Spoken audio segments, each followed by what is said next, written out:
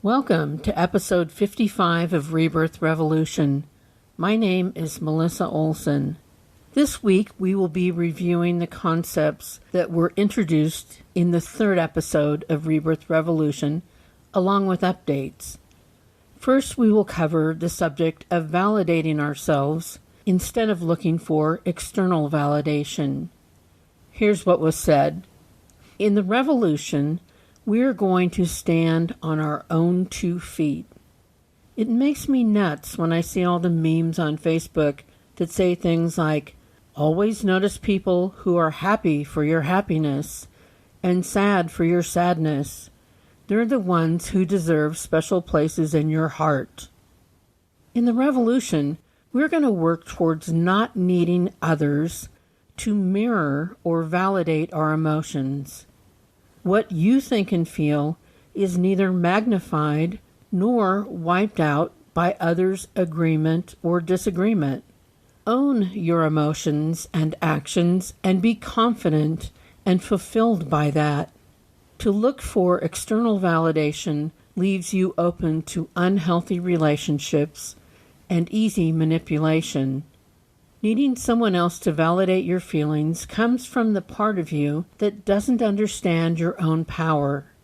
It's telling you that getting someone else's buy-in will make you whole and your feelings justified. It is deceiving you into thinking you are not enough. Feel what you feel and then do what you need to do about it, if anything. Don't insist that others make your feelings real. The quest to find others to back you in your feelings is just a ruse to avoid what the feelings are about. It's just buying time until you get around to the work that the feeling requires. Feelings can be seen more like turn signals on a car. When you have a feeling, it is telling you to pay attention because you may need to turn left or right. It is telling you that there is something that needs to be acknowledged. Maybe that feeling needs action, maybe it doesn't, but only you know that for sure. Stop, figure it out, then move on. We all know what it's like driving behind someone who never turns off their turn signal.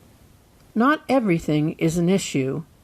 If we are to rule the world, we will need to be judicious in deciding which feelings are calling for action, which can be walked off, and which can be dismissed with a laugh. Not every feeling you have in the course of a day is deserving of your undivided attention. We are here to love one another, but we are not here to be enmeshed in every emotional disturbance that comes up, because let's admit it, most of them are really not worth spending our time on. Trying to get someone else to confirm that you were the victim or you were right and everyone else was wrong is just not useful, especially since we rarely ask people who will tell us the unvarnished truth. We choose enablers who just participate in stalling out our forward movement. We're all capable of being responsible for our feelings. Identify them, see if there's something you can do to solve them, or, if not, figure out your next step, or how to make peace with it. Don't drag others into the problem, just figure it out and move forward. It may sound cold, but it's empowering. It is based in a belief that you can and should know your own mind. You have the skill of discernment that informs you of the relative importance of the problem and the power to enact any necessary change to set your mind and the situation right. There is nothing as powerful as someone who knows their own mind.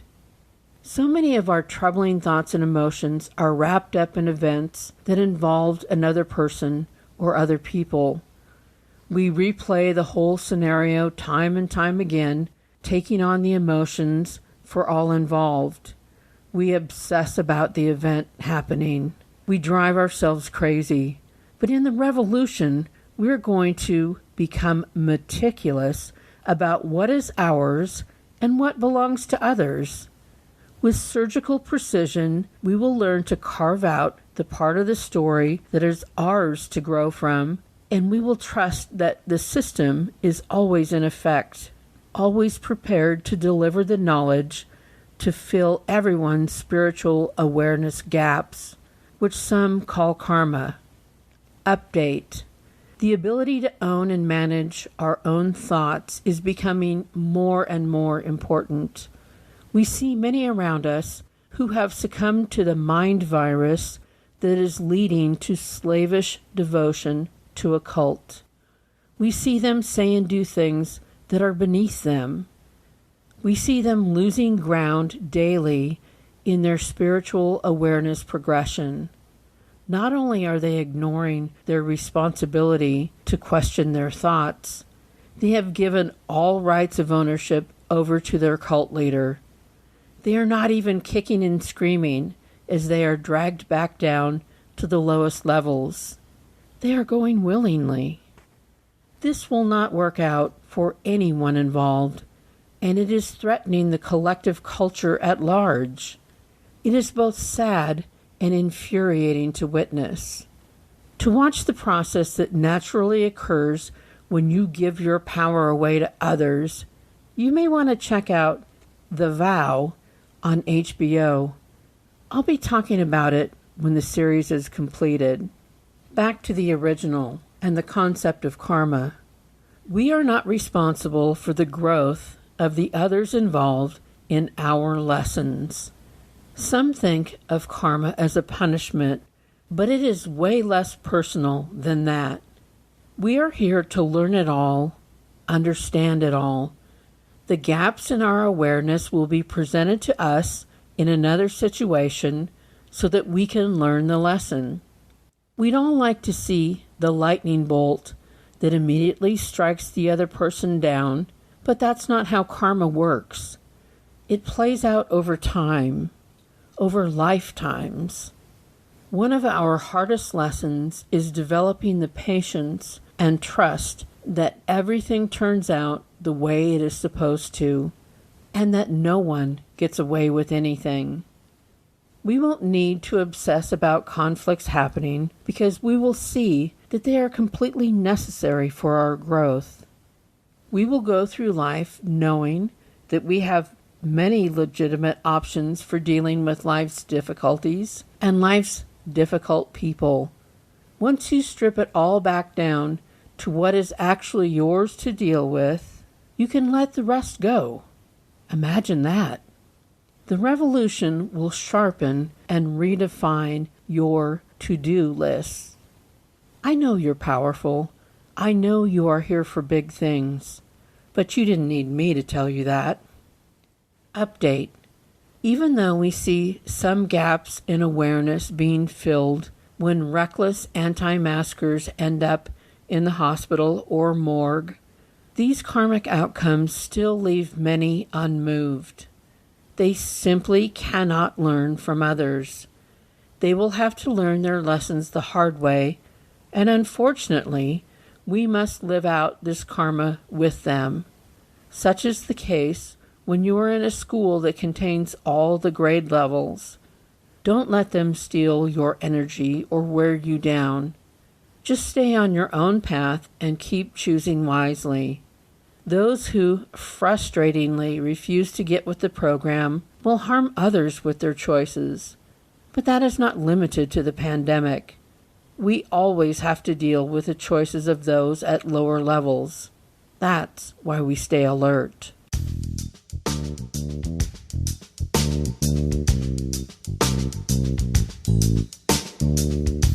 Back to the original. We have reached the third of the 3 tracks, and this is the meatiest of the bunch. It is also, in my opinion, the most important. The third and most important track is your own individual spiritual awareness progression. It is the reason you exist now and always will exist. If you are here on earth, You are in the system. The system is built to facilitate your complete growth from spiritual kindergartner through achieving your spiritual master's degree. For some people, this journey can be completed in 1 or 2 lifetimes. For most, it takes 9 or 10. Along this journey, you will move forward and backward through grade levels based on the choices you make. You will learn all the lessons of what is important. You will feel all of the feelings. You will be granted your master's degree when you are left feeling nothing but love and compassion for yourself and everyone else on the planet. Most of the difficult lessons you experience are acts of stripping away everything that is not love. At the core of you is what can be called the soul. It is the immutable part that uses gender, race, and other choices made prior to birth to facilitate growth, but is not at all defined by these factors, since you will choose differently in the next lifetime.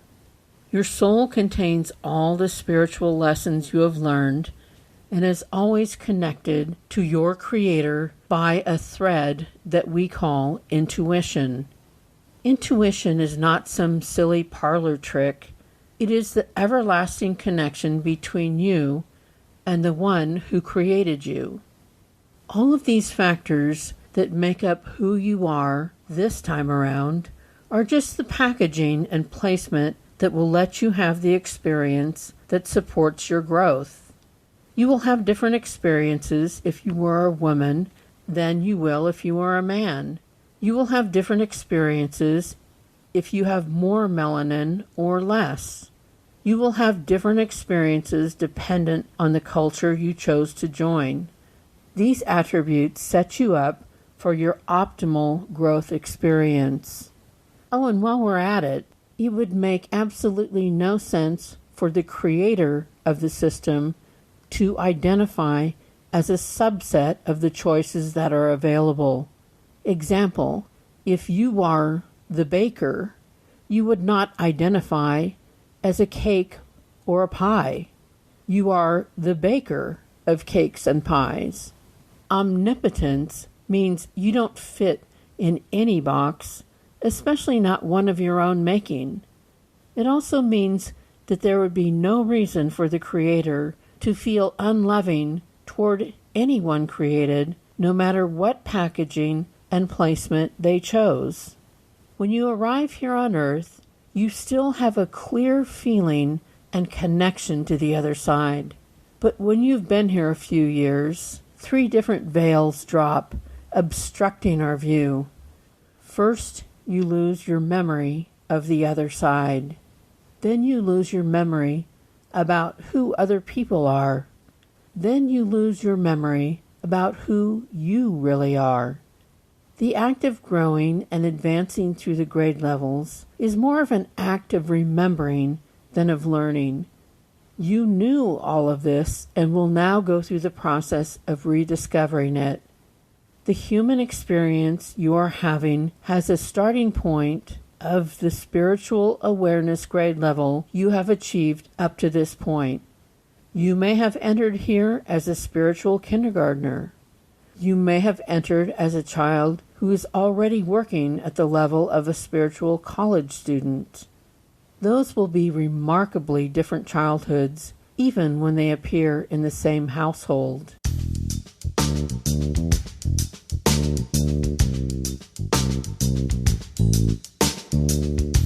One of the most frustrating things about being on Earth is that we can't imagine why some people have it together while others do not. We are constantly comparing apples to oranges. We start at different levels, and we are here to work on different things. Everyone is working at the capacity of their level, whether that's enough for us or not. We are all seeking to move up. We are all seeking to become whole. But this Earth existence is a real obstacle course. Inherent in our earth experience are human frailties that are so strong that we haven't kicked them no matter how advanced our collective culture becomes. We have issues. They were first defined in the mid-300s as what would become to be known as the 7 deadly sins. Those turn out to be, in their final form, pride, greed, lust, envy, gluttony, wrath, and sloth. It has been religious tradition to threaten people with damnation for committing any of these sins. But let's be real. These are challenges that are in our wiring. We could have been designed to be perfect, but that was not the plan. We are going to be tempted by and possibly undone by one or more of these on a daily basis. That doesn't make us bad people. It makes us human. Back when it was nothing but wars and premature death, a monk figured out that we all seem to be plagued by these same issues. His list had one extra sin, boasting, and he listed lust as prostitution and fornication. And envy for him played out as sadness at others' good fortune. Here we are, so advanced, and we are still grappling with the same issues over 1,600 years later. It's not that these are sins we will burn in hell if we commit. There is no one who has taken human form who has not been challenged by one or more, if not all of these issues. Just getting through one day without checking in with at least one of them would be a banner day. These are not your flaws.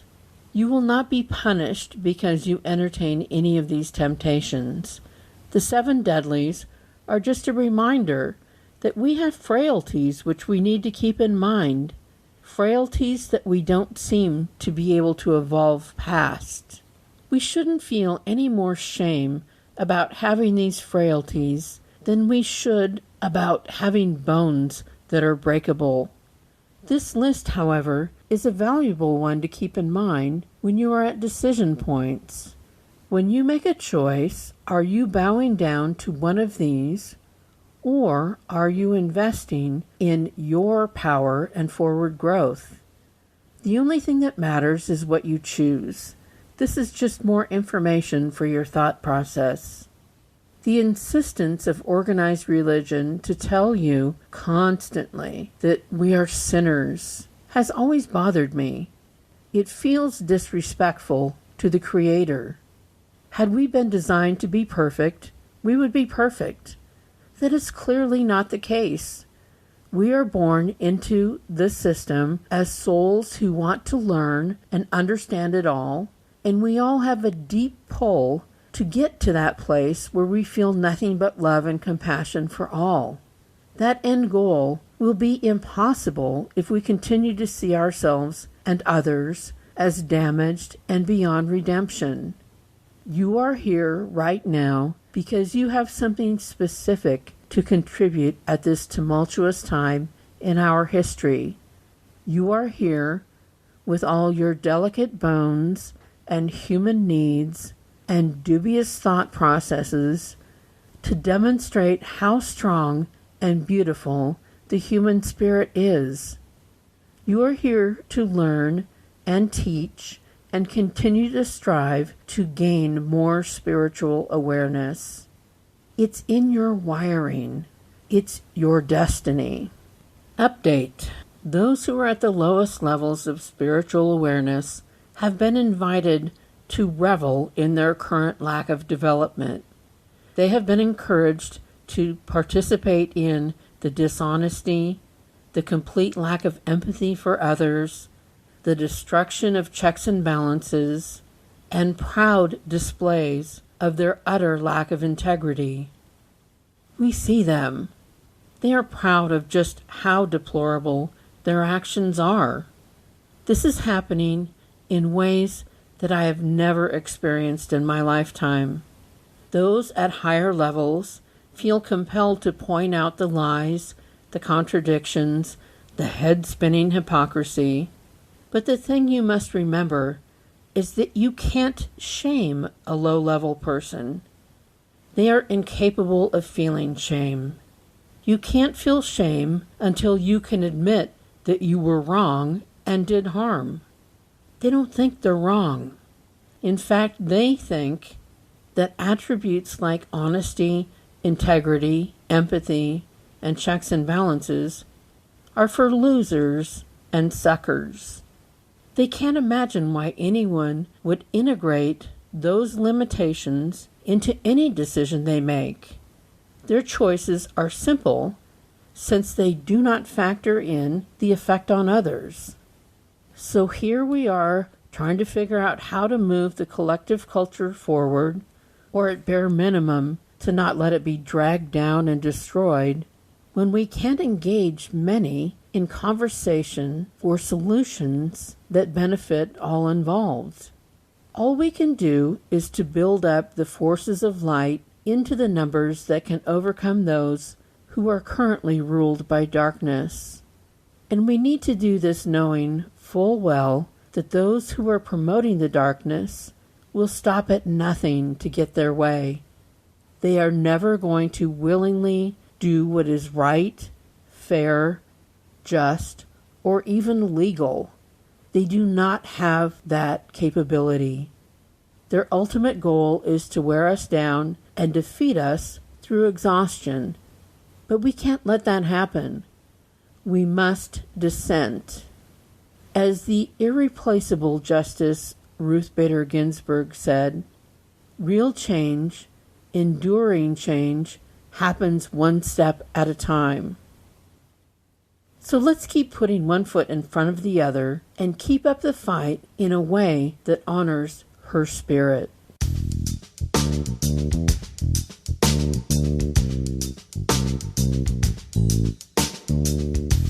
Thanks for listening to Rebirth Revolution. Next week, we're going to review how the 3 tracks you are on intertwine and what it looks like to be firing on all 3 in the same life. This will help you understand your journey, how to make the most of it, and it will help you be more discerning about the people around you. Send anyone you think might be interested in these topics our way. That would be greatly appreciated. Until then, grieve the loss of Ruth Bader Ginsburg. Let her steadfastness inspire your own journey. Refuse to take your foot off the pedal and wear your mask. Remember, you are loved exactly as much as every other person on the planet, not 1 ounce more or 1 ounce less. Stay strong, stay safe, and let's keep this thing going.